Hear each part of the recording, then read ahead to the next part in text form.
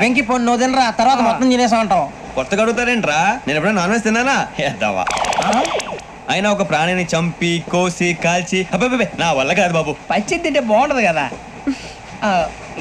మీరు non veg తినరా? నా వల్ల కాదండి. నాకెందుకో కోళ్ళని చూస్తే నా చెల్లెల్లాగా, మేకలను చూస్తే నా తమ్ముళ్ళలాగా అనిపిస్తుంటాయి.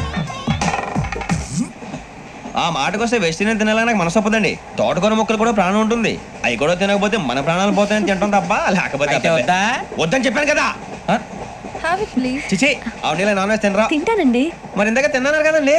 చికెన్ తింటే ర్యాషెస్ వస్తాయి, but I love sea food. ఇప్పుడేం తింటావా? నో అలా ఫోర్స్ చేయొద్దు. Strict vegetarian. ఓహో, వెరీ టేస్టీ. అంత బాగుంది ఏంటండి?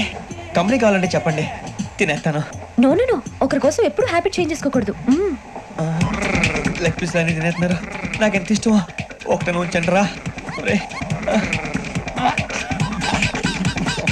చిన్నప్పటి నుంచి నాన్ వెజ్ ముట్టుకోలేదు, కానీ అది ఎలా ఉంటుందో తెలుసుకోవాలని మాత్రం ఉంటుంది. జేసీ గారిని అడిగితే మంచి అకేషన్ చూసి మొదలు పెట్టరా అన్నారు. మీరు పరిచయం అయ్యారు, ఎందుకంటే అకేషన్ ఏంటండి? మొదలెట్టేయమంటారా? నో అస్సలు వద్దు. అలవాట్ల కన్నా ఆదర్శం ముఖ్యం. మీరు ఇలాగే ఉంటే 10 మందికి ఆదర్శప్రాయం అవుతారు. I really admire you. నిన్ను కొట్టినా కుక్కను కొట్టినా ఒకటే. ఒరే ఏటోళ్ళు చెప్పింది పూర్తిగా వినవే. ఇలా వెనకే డిగ్రీ అందేసాడు. భోజనం చేసే ముందు కోటయ్య గారు 2 గ్లాసులు నీళ్లు గటగటా తాగేసేవారు నాయన. మేము అంతేనండి. తాగింది ఎక్కువైతే ఒకసారి భోజనం కూడా చేయమండి.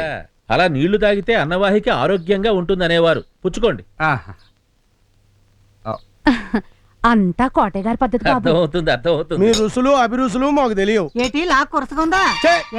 ఎందుకో అనుకోకుండా వచ్చిన అతిథులు కాబట్టి మీరేమి ఇబ్బంది పడకపోతే. చూడండి, మీరేమి ఇబ్బంది పడద్దు. ఏది ఉంటే అది పెట్టండి. మా తాతయ్య కోటయ్య గారే వచ్చాడు అనుకోండి, ఆ మహానుభావుడు ఏం తింటే అది పెట్టండి చాలు. అంతే కదా? అయితే సరే నాయనా, కోటయ్య గారు తినే పదార్థాలు తీసుకొచ్చి వడ్డించండి.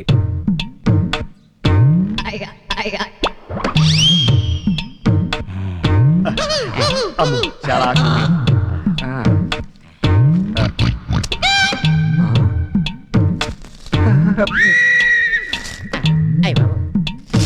అమ్మో,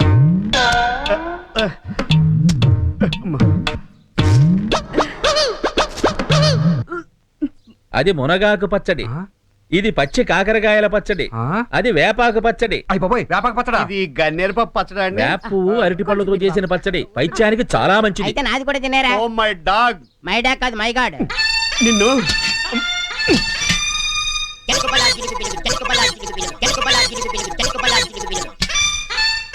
అమ్మా, ఎందుకురా నా జీవితంతో ఇలా ఆడుకుంటున్నావు? అది గుగ్గిళ్ళలో బలాన్ని ఇస్తుంది. అవును, మీరేం చేస్తుంటారు బాబు? అబ్బో, ఇటు చాలా చేసేవాడండి. కింద నుంచి పైకి వచ్చిన మనిషి. ఏం చేసేవాడు? ఒకప్పుడు బూట్ పాలిష్ చేసేవాడండి, ఇప్పుడు హెడ్ మాలిష్ చేస్తాడు. సరే మొదలెట్టండి. ఏమిటి ఆలోచిస్తున్నారు? చనిపోయేదాకా కోటయ్య గారు తీసుకున్న ఆహారం ఇదే. మరి మొదలెట్టండి.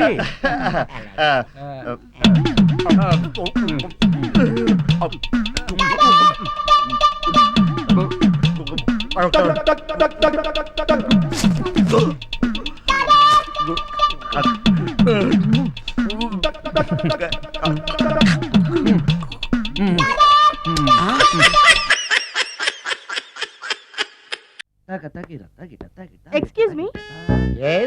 మిమ్మల్ని కాదు. నన్నండి. మిమ్మల్ని. ఈ అపార్ట్మెంట్ లో పని మనిషి తప్ప ఏ ఆడది నాతో మాట్లాడదు. ఈవిడికి నాతో పని ఏంటబ్బా? మీకు అభ్యంతరం లేకపోతే ఒక ఫోటో తీసుకోవచ్చా? నన్నా? ఆ. ఆహా, టైం మారింది.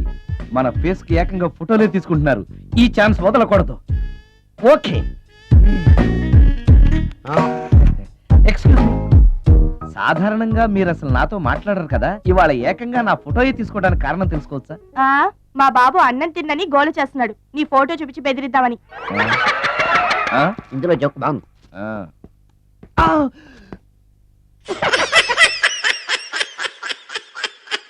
అన్న గురించి నీకు తెలుసా? అన్నా అన్నా అన్నా అన్నా ఎవడా అన్నా? వాడేమన్నా దేవుడా?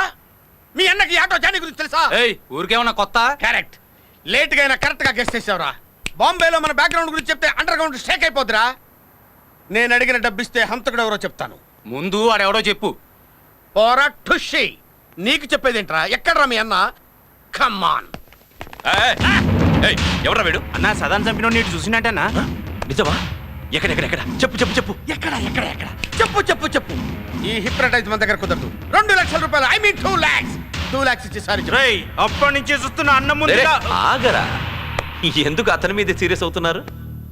మీరేం పీకారని కనీసం వాడు కామెడీ అయినా చేస్తున్నాడు.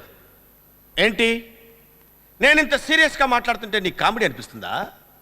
అన్నా, నువ్వు చాలా టెన్షన్ లో ఉన్నావు. ఓకే, మాఫియాతో పెట్టుకోవద్దు, శాల్తీ లేచిపో. ఎవరితో మాట్లాడుతున్నావో తెలుసా? తెలుసురా, మీ అన్న అన్న అన్న అన్న.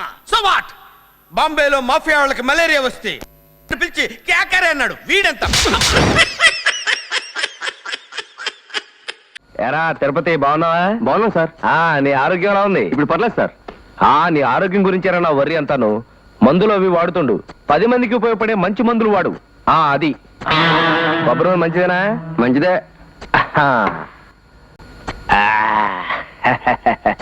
హాయిగా ఉందిరా.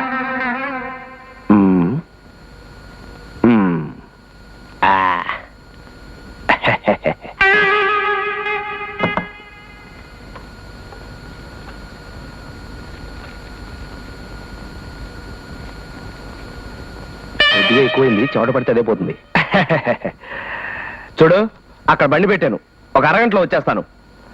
జాగ్రత్తగా చూస్తా ఉండు, దొంగ ముండా కొడుకులు ఎక్కువైపోయారు. అలాగే. నేను మీ అందరికీ క్షవరం చేస్తే వీడు నాకు చేస్తున్నాడు. బండి స్టాండ్ లో పెడితే డబ్బులు అయిపోతాయని ఎక్కడ ఉంచుతాడు.